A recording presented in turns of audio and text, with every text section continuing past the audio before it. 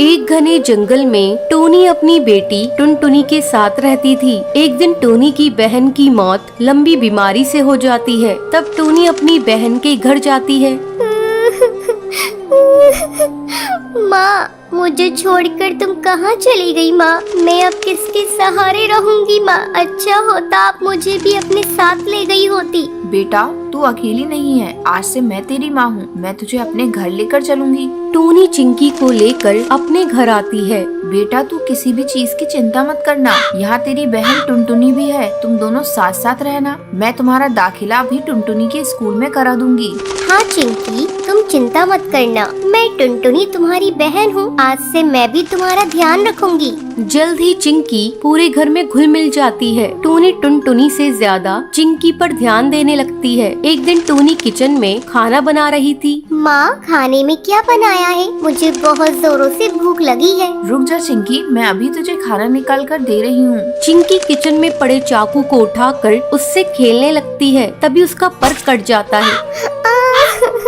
माँ, मेरा पर कट गया। चिंकी, तू भी ना बेटा चाकू लेकर क्यों खेल रही थी? रुक, मैं अभी तेरी मरहम पट्टी कर देती हूँ। थोड़ी देर बाद ये ले चिंकी, मैं तुझे अपने हाथों से खाना खिला देती हूँ। टोनी चिंकी को अपने हाथों से खाना खिलाने लगती है। तभी टुनटुनी वहाँ आती है। माँ, मुझे भी आपके हाथों से खाना खाना है। टुनटुनी, बच्ची नहीं है तू, अपने हाथ से भी खा सकती है। माँ, जब से चिंकी आई है तुमने मुझसे प्यार करना छोड़ दिया है। जाओ, मैं नहीं खाती, मुझे नहीं खाना। टुनटुनी, ये तू कैसी बातें कर रही है? चिंकी भी तो तेरी ही बहन है। तू देख नहीं रही इसकी चोट लग गई है। माँ, मुझे फालतू की बातें नहीं सुननी। मैं अपने कमरे में जा रही हूँ। गुस्से में टुनटुनी अपने कमरे में चली आती है और सोचने लगती है, जब से ये चिंकी की बच्ची इस घर में आई है, माँ उसी को प्यार कर रही है। आज चिंकी की वजह से मुझे डांट खानी पड़ी है। मैं इसे नहीं छोड़ूंगी, इसे सबक सिखाकर ही रहूंगी। अगले दिन टुनटुनी, तू चिंकी को अपने साथ स्कूल ले जा। मैंने तेरा और चिंकी का टिफिन पैक कर दिया है। स्कूल में लंच होगा तो तू भी चिंकी को खिला देना। ठीक है माँ। टुनटुनी चिंकी को रेलवे ट्रैक से स्कूल ले आती है।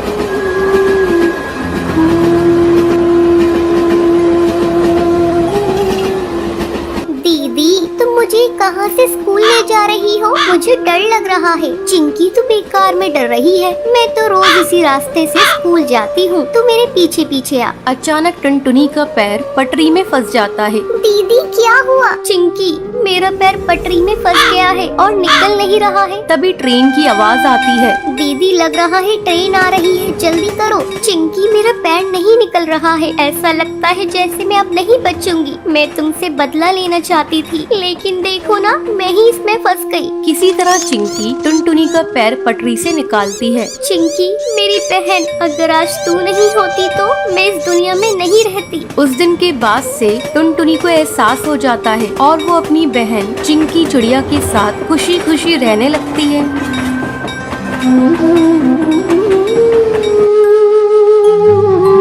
एक जंगल में ऑटो चलाने वाला बंटी कबूतर रहता था। एक बार की बात है, बंटी कबूतर रात में सवारी छोड़ने के लिए काफी दूर आ जाता है। तभी उसे रास्ते में एक चिड़िया दिखाई देती है। अरे, ये कितनी खूबसूरत चिड़िया है। अच्छा है, वापसी में एक सवारी मिल गई। पूछता हूँ इस चिड़िया को कहाँ जाना है। रुको रुको ना। हाँ चिड़िया बहन, बोलो कहाँ जाओगी तुम? जहाँ आप जाएंगे वहाँ जाऊंगी मैं। चिड़िया बहन, मैं तो अपने घर जाऊंगा। चलिए आप बैठ जाइए, मैं आपको रास्ते में छोड़ दूंगा। जरा जगह तो दीजिए, जभी तो बैठूंगी मैं। अरे चिड़िया बहन, आप पीछे बैठिए जहाँ सवारी बैठती है। उसकी ये बातें सुनकर बंटी कबूतर को बहुत अजीब लगता है। तभी उसकी नजर उसके पैरों पर पड़ती है। उसके पैर उल्टे होते हैं, जिसे देखकर वो डर जाता है। अरे भागो, बहुत भागो रे, भागो भैया। कहाँ जाएगा तू बचकर बंटी कबूतर? आज तो तुझे छोड़ूंगी नहीं। कितने दिनों बाद मेरी प्यास बुझेगी। इस रास्ते पर कोई आता भी नहीं था, अब तू आया है मेरा शिकार। तभी टूनी चिड़िया की आत्मा अपने असली रूप में आ जाती है। वो जोर जोर से हंसने लगती है। कभी वो गायब हो जाती, कभी सामने आ जाती। बंटी कबूतर डर के मारे तेजी से अपना ऑटो भगाता है। वो शीशे में देखता है आत्मा उसका पीछा नहीं कर रही है। वो जंगल के ऑटो स्टैंड पर अपना ऑटो रोकता है। वहीं उसका दोस्त कालू कौवा खड़ा होता है। क्या हुआ बंटी कबूतर, तू इतना घबराया हुआ क्यों है? बंटी कबूतर कालू कौवे को सारी बात बताता है। अरे पागल, इतना सुनहरा मौका हाथ से निकाल दिया तूने। उस चिड़िया की आत्मा का एक पंख तोड़ लेता, वो तेरी गुलाम बन जाती। अरे भाई माफ कर मुझे, मेरी जान बच गई, आज वो ही काफी है मेरे लिए। ये कहकर बंटी कबूतर वहाँ से चला जाता है। कालू कौवा अपने मन में सोचता है, ये तो डरपोक पागल है, इतना सुनहरा मौका गवा दिया। ये पूरे जंगल पे राज करता। चलो कोई नहीं, कल रात में उस जगह जाऊंगा और उस भूतिया चिड़िया का पंख तोड़कर ले आऊंगा। अगले दिन कालू कौवा अपना ऑटो लेकर उसी जंगल के रास्ते पर जाता है। वहाँ पर एक चिड़िया खड़ी होती है। रोको रोको ना, ऑटो रोको, मुझे जाना है। अरे भाई, लगता है ये वही चिड़िया की आत्मा है, इसका पंख तोड़ लूंगा। ये कहकर कालू कौवा अपना ऑटो उसके सामने रोकता है और उसके पंख तोड़ने लगता है। अरे बेवकूफ कौवे बदमाश, तेरी हिम्मत कैसे हुई? तूने मेरे पंख तोड़ने की कोशिश की। रुक, तुझे भी बताती हूँ। टुनटुनी चिड़िया पास में पड़े डंडे से उसे बहुत मारती है। अरे बहन, मुझे माफ कर दो, मुझे लगा तुम एक चिड़िया की आत्मा हो। अरे बदतमीज, तुझे मैं कहाँ से आत्मा नजर आ रही हूँ? चल भाग यहाँ से। टुनटुनी ये कहकर वहाँ से चली जाती है, पर टूनी चिड़िया की आत्मा पेड़ के पीछे खड़े होकर ये सब देख रही होती है। अगले दिन कालू कौवा फिर से अपना ऑटो लेकर वहाँ पर आता है। भाई आज तो पहले उसके पैर देखूंगा, तभी उसके पंख तोड़ूंगा, वरना कल की तरह पिटाई हो जाएगी मेरी। अब फिर से वहाँ पर एक चिड़िया खड़ी होती है। रोको रोको ना ऑटो, मुझे जाना है। कालू कौवा उसके पैर देखता है, उसके पैर उल्टे होते हैं। जैसे ही कालू कौवा उसके पंख तोड़ने वाला होता है, तभी टूनी चिड़िया की आत्मा अपने असली रूप में आ जाती है। डरावनी आवाज़ें सुनाई देती है। कालू कौवे आ मेरे पंख तोड़ेगा, ये ले तोड़ के दिखा। टूनी चिड़िया की आत्मा कभी उसके सामने आ जाती, कभी उसके पीछे। वो उसे बहुत मारती है। मुझे माफ कर दो चिड़िया की आत्मा, मैं आगे से कभी भी ऐसा नहीं करूँगा। मुझे जाने दो, मत मारो। क्यों छोड़ दूं तुझे? तो जैसे मन चले बदमाश पक्षियों को मारना ही तो मेरा लक्ष्य है। तुम जैसे लालची पक्षियों को जीने का कोई हक नहीं। तभी वहाँ पर बबलू कबूतर ऑटो में अपनी सवारी बिठाकर वहाँ से गुजर रहा होता है। अरे चिड़िया की आत्मा, छोड़ दो उसे, मैं तुमसे विनती करता हूँ। नहीं, मैं इसे नहीं छोड़ सकती। तुम जानते हो, एक बार ऐसे ही मैं इस जंगल से ऑटो में जा रही थी। उस ऑटो वाले ने मेरा सामान लूट कर मुझे जान से मार दिया। जब से जो भी मुझे लालची पक्षी दिखाई देता है, मैं उसे जान से मार देती हूँ। तभी सुंदरी कौवी बोलती है, अरे टूनी चिड़िया, तुम सही कह रही हो, तुम्हारे साथ गलत हुआ है, लेकिन तुम भी सही नहीं कर रही हो। ना जाने कितने पक्षियों को तुम मार रही हो। वो सब उसे बहुत समझाते हैं। वो कालू कौवे को छोड़ देती है। मुझे माफ कर दो, तुम सब सही कह रही हो। मैंने अपने इंतकाम पूरा करने के लिए ना जाने कितने पक्षियों के परिवार को तोड़ा है, पर अब नहीं। इस दुनिया में तुम जैसे नेक दिल पक्षी भी होते हैं। ये कहकर वो वहाँ से चली जाती है। टुनटुनी का पति बंटी एक कुली था। वो नदी पार से आने वाले पक्षियों के सामान को इधर से उधर करता था। एक दिन जब बंटी काम पर जा रहा था, तब टुनटुनी उससे कहती है, अजी, अपनी सेहत का भी ध्यान रखा करो। सभी किसी न किसी दिन छुट्टी लेते हैं, लेकिन तुम तो रविवार को भी काम करते हो।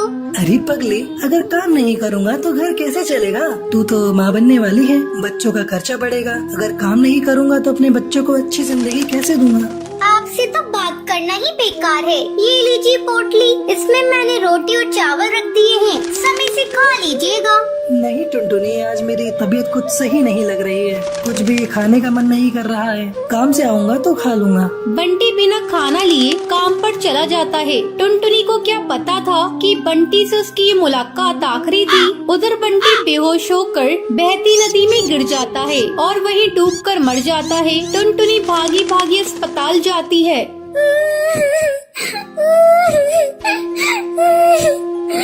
बंटी, ये क्या हो गया? सब कुछ एक पल में खत्म हो गया। अब ये बच्चा किससे अपना पापा कहेगा? मैं तुम्हें कई बार समझा रही थी अपनी सेहत का ध्यान रखो, लेकिन तुम तो मेरी बात मानते ही नहीं। अब मैं क्या करूं बंटी? समय तेजी से पंख लगाकर उड़ने लगता है। टुनटुनी एक बच्ची को जन्म देती है। एक दिन टुनटुनी के पास डाकिया एक खत लेकर आता है। अरे, ये खत तो कड़कनाथ सेठ की कंपनी की तरफ से आया है और मुझे बंटी की जगह कुली की नौकरी दी गई है। मुझे अपनी बच्ची के लिए नौकरी करनी ही होगी, तभी मैं उसे एक अच्छे स्कूल में पढ़ा पाऊंगी और उसे बेहतर भविष्य दे सकूंगी। अगले दिन से ही टुनटुनी कुली बनकर पक्षियों का बोझ उठाती थी। जब भी नदी के उस पार से कोई पक्षी आता था, टुनटुनी तेजी से उन पक्षियों के पास पहुंच जाती थी। बहन जी, क्या मैं आपका बोझ उठा लूं? अरे तुम तो एक चिड़िया हो, क्या तुम इतने बोझ को उठा सकती हो? हाँ हाँ बहन जी, मैं सारे बोझ को उठा लूंगी। बहन जी, मैंने अपनी जिंदगी में इतना बोझ उठा लिए है, ये बोझ तो उसके आगे कुछ नहीं है। क्यों, क्या हुआ? और तुम ये तुम्हारी बेटी को साथ में लेकर क्यों घूम रही हो? तुम्हारे पति कहाँ हैं? वो नहीं कमाते हैं क्या? क्या करिएगा बहन जी, मेरी दुख भरी कहानी सुनकर रोज इस नदी किनारे पे कई पक्षी आते हैं और मेरी दुख भरी कहानी सुनते हैं, लेकिन कोई मेरी मदद नहीं करता। अरे तुम मुझे तो बताओ, मैं तुम्हारी जरूर मदद करूँगी। क्या बताऊं बहन जी, मेरे पति की मौत इसी नदी में डूबकर हो गई थी। उसके बाद से मैं यहाँ कुली की नौकरी कर रही हूँ। देखो टुनटुनी, जब तुम्हारी बेटी थोड़ी बड़ी हो जाएगी तो उसको मेरे स्कूल में डाल देना। मैं उसे पढ़ा लिखा कर एक अफसर बनाऊंगी। मैं तुम्हें अपना पता दे देती हूँ। वो बुलबुल चिड़िया टुनटुनी को अपना पता दे देती है। इसी तरह कई साल गुजर जाते हैं। एक दिन जब टुनटुनी अपना घर साफ कर रही थी, तभी उसे उस बुलबुल का दिया हुआ पता मिलता है। अरे, ये पता तो वही है जो मैडम जी ने मुझे नदी किनारे पर दिया था। मैं तो बिल्कुल भूल ही गई थी। अब मैं अपनी बेटी को लेकर मैडम जी के स्कूल में जाऊंगी और उसे वहाँ पढ़ाऊंगी। टुनटुनी अपनी बेटी को लेकर उस पते पर पहुँचती है। आओ आओ टुनटुनी, बहुत दिन हो गए तुमसे मिले। मैडम जी, ये देखिए, मैं अपनी बेटी को अपने साथ लेकर आई हूँ। मैं चाहती हूँ पढ़ लिख कर एक अफसर बन जाए, इससे मेरी तरह जीवन में संघर्ष न करना पड़े। हाँ हाँ टुनटुनी, तुम निश्चिंत रहो, मैं तुम्हारी बेटी को अच्छी तालीम दूंगी। तुम्हें एक दिन इस पर गर्व होगा। टुनटुनी अपनी बेटी का एडमिशन उस मैडम जी के स्कूल में कराकर निश्चिंत हो जाती है। उसे इस बात की खुशी थी, उसकी बेटी को उसकी तरह जीवन में संघर्ष नहीं करना पड़ेगा। तो ये थी आज की कहानी। क्या आपको पता है कालू कौवा बंटी कबूतर से चिड़िया की आत्मा का क्या तोड़ने के लिए कहता है? अगर आपको पता है तो आप हमें कमेंट करके जरूर बताएं। अगर आपको ये वीडियो पसंद आई हो तो इसे लाइक और ऐसी कहानियाँ देखने के लिए मेरे चैनल को सब्सक्राइब करना